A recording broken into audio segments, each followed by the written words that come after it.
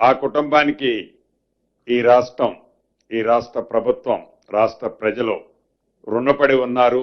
ఆ రుణాన్ని ఉడతా భక్తిగా తీర్చుకోవాలి అని ఈరోజు కేబినెట్ లో వారి కుమారుడు దత్తసాయి గారికి డిగ్రీ కాలేజ్ అసిస్టెంట్ ప్రొఫెసర్ గా రాష్ట్ర కేబినెట్ ఉద్యోగాన్ని ఆమోదించడం జరిగింది.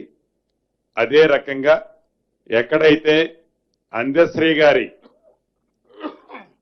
అంతిమంగా ఏర్పాటు చేసిన ఆ ప్రదేశాన్ని ఒక స్మృతి వనంగా కూడా ఏర్పాటు చేసే అంశాన్ని కూడా రాష్ట్ర కేబినెట్ తీర్మానించటమే కాకుండా ప్రతి పాఠ్య పుస్తకంలో ఫ్రంట్ పేజీలో అందశ్రీ గారు ఏదైతే రచించారో జయ జయ హే తెలంగాణ గీతాన్ని కూడా ప్రతి టెక్స్ట్ బుక్ లో ఫస్ట్ పేజీలో ప్రింట్ చేయాలని రాష్ట్ర కేబినెట్ తీర్మానం చేయటం జరిగింది.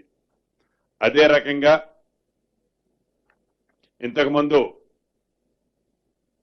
మా సహచర